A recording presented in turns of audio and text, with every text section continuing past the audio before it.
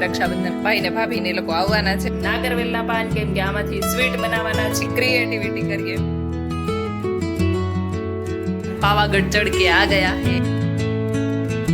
Hello friends, very good morning, જય Shri Krishna and જય Swaminarayan. Welcome back to my channel. સવારે આપણે પૂજા પણ કરી લીધી. આજે જક્ષુના ટિફિનમાં છે સેવ મમરા, એટલે આપણે રસોઈ સવારે કંઈ બનાવવાની નથી. અત્યારે ખાલી મમરા જ વઘારવાના છે. તો ચાલો, ઘરનો લીમડો જ છે, આપણે તોડીને મમરા વઘારી દઈએ.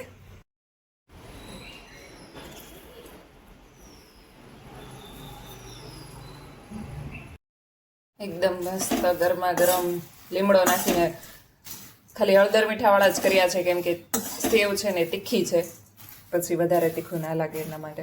મમરા તો વઘારાયા જ ગયા છે અને જક્ષુ માટે બનાવી દઈએ બનાના જ્યુસ. ચાલો તો ભગવાનને પણ બનાના જ્યુસ ધરી દઈએ. જક્ષુભાઈ મોડું થઈ ગયું છે, ચાલો ચાલો જલ્દી સ્કૂલે. જક્ષુને લેવા જવાનો ટાઈમ થઈ ગયો છે. મૂકવા ગઈ ત્યારે મળી હતી, પછી ડાયરેક્ટ અત્યારે મળી રહી છું, કેમ કે હું બધું સર્ચ કરતી હતી. હમણાં પરમ દિવસે રક્ષાબંધનમાં મારો ભાઈ આવવાનો છે અને ભાઈ ને ભાભી ને લોકો આવવાના છે. તો મેં કીધું કે કંઈક સ્વીટ્સ ને એવું બધું બનાવીએ અને કંઈક ક્રિએટિવિટી કરીએ. અને જોડે જોડે હું કંઈક રાખડીને લેવા જવા ક્યાંથી લાવવી ને એ બધું પણ સર્ચ કરતી હતી. તો ચાલો, અત્યારે આપણે જક્ષુને લેવા જવાના છીએ અને ત્યાંથી નજીકમાં એક માર્કેટ પણ છે, ત્યાં આપણને સારી રાખડી મળશે તો જોઈશું. અને અધરવાઇઝ મેં મારી ફ્રેન્ડને પૂછ્યું છે, એને ત્યાં પણ સરસ રાખડી છે. તો એ લોકો પણ સુરતથી જ લાવે છે અને સુરતની રાખડીઓ તો સારી હોય જ છે. તો ચાલો આપણે પહેલાં જોઈ આવીએ. આજે સારી નહીં મળે તો પછી આપણે આવતીકાલે ફ્રેન્ડને ત્યાં જઈશું.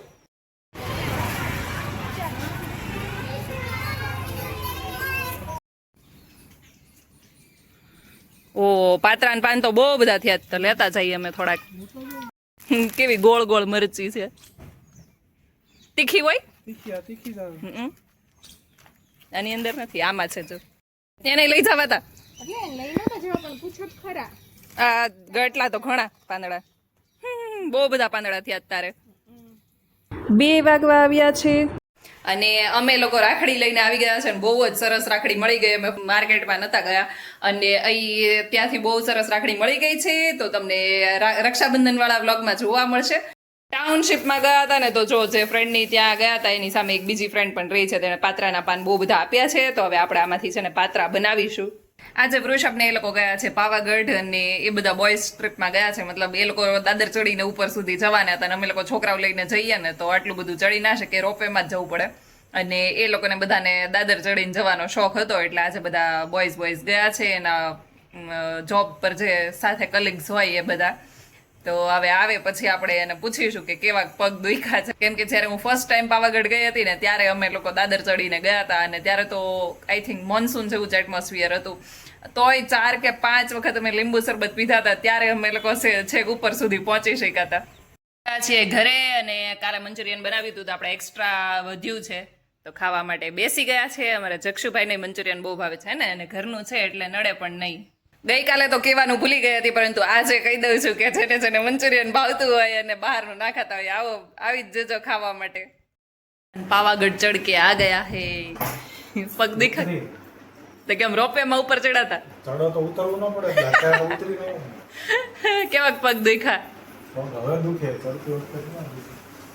ચાલો તો વૃષભ પણ આવી ગયા છે અને જક્ષુ પણ સૂતો છે. ત્યાં સુધીમાં આપણે છે ને ટિફિન બનાવી લઈએ, કેમ કે હમણાં 1 થી 2 કલાકની અંદર વૃષભને પાછું જવાનું છે. એટલે આપણે સાંજનું ટિફિન બનાવી લઈએ, ગાંઠિયાનું શાક અને ભાખરી.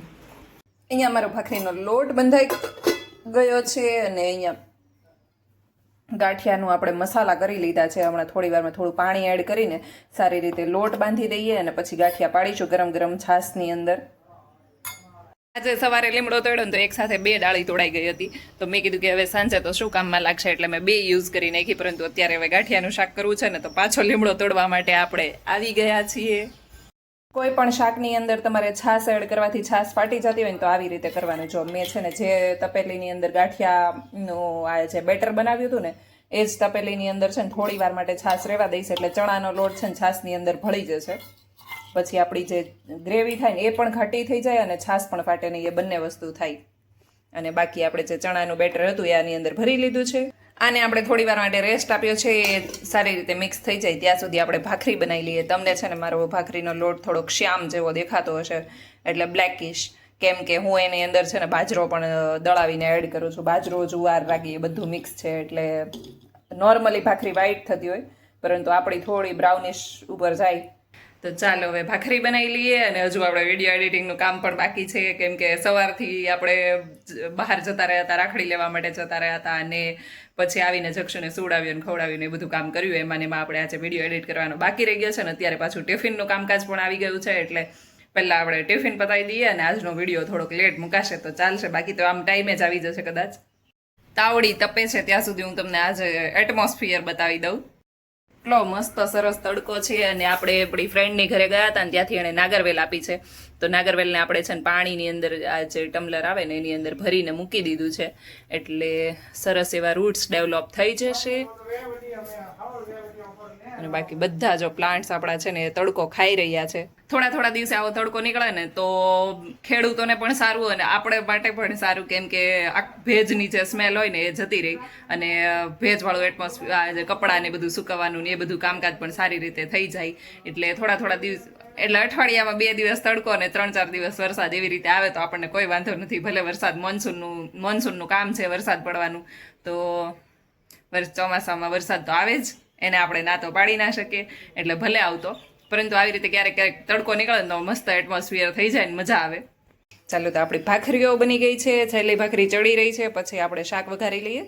તમે જોઈ શકો છો કેટલા બધા પાત્રાના પાન આવ્યા છે, અને પાત્રાના પાનની સાઈઝ તો એટલી મોટી છે ને, જો આ મારો હાથ છે અને આ પાત્રાનું પાન છે, કેટલું મોટું મોટું પાત્રા છે. ધોવામાં અહીંયા તૂટી જતા હતા. બધા પાત્રાના પાન એટલા મોટા મોટા છે. ચોમાસાને લીધે છે ને પાત્રાના પાન સરસ થાય. ઘણા લોકો અળવીના પાન કહે, ઘણા લોકો પાત્રાના પાન કહે. અને અહીંયા આપણે લઈ આવ્યા છે નાગરવેલના પાન, કેમ કે આમાંથી સ્વીટ બનાવવાના છીએ. અહીંયા થોડીક આપણને રોઝ પેટલ્સ મળી હતી, તો રોઝ પેટલ્સ લઈ આવ્યા છે. જો કે ડ્રાય રોઝ પેટલ્સ મારી પાસે પડી છે, અને એમાંથી આપણે સ્વીટ બનાવવાના છીએ. અને પાત્રાના પાનમાંથી તો પાત્રા જ બનાવવાના છીએ. આમાંથી બારડોલીના જે ક્રિસ્પી પાત્રા આવે ને એ બનાવવાની ટ્રાય કરવાની છું, પોસિબલ હશે તો, અને સારા બનશે તો આપણે તમને રેસીપી પણ શેર કરીશું. તો આટલી વસ્તુ આપણે સવારે જે ટાઉનશીપમાં ગયા હતા ને ત્યાં મારી એક ફ્રેન્ડ રહી છે હિરલ, એને ત્યાંથી લઈ આવ્યા છીએ. અહીંયા આપણું ધાણા એડ કરીને ગાંઠિયાનું શાક બનીને રેડી થઈ ગયું છે. ચાલો હવે ટિફિન ભરી લઈએ. જક્ષુને છે ને હોમવર્ક ફિનિશ કરે ને એની પછીનો સૌથી એક્સાઇટિંગ પાર્ટ હોય ને તો એ અહીંયા નીચે જે એના સ્ટીકર્સ લગાવવાના, સ્ટાર્સ લગાવવાના એ હોય ને એ હોય. એમાં એને બહુ મજા આવે. કે જક્ષુ મજા આવે ને? બ્લેક લગાવો છે? હા, ચલો. અહીંયા જો બુકની પાછળ છે ને સ્ટાર આપેલા જ હોય. બ્લેક નીકળવો છે? હા, તો આ કાઢી લેવાનું. આજે 2 સ્ટાર લગાવવાના છે. ઓકે, આજે 2 લગાવવા છે ને? અહીંયા લગાવવાનો છે. હા, લગાવી દે. Very good. હવે આ એક સ્ટાર લગાવી દે. 2 નંબર બનાવ્યો છે ને આપણે, એટલે 2 સ્ટાર લગાવવાના છે. ઓકે, બસ થઈ ગયું. Very good. જો આજે ભાઈ 2 બનાવી દીધા છે.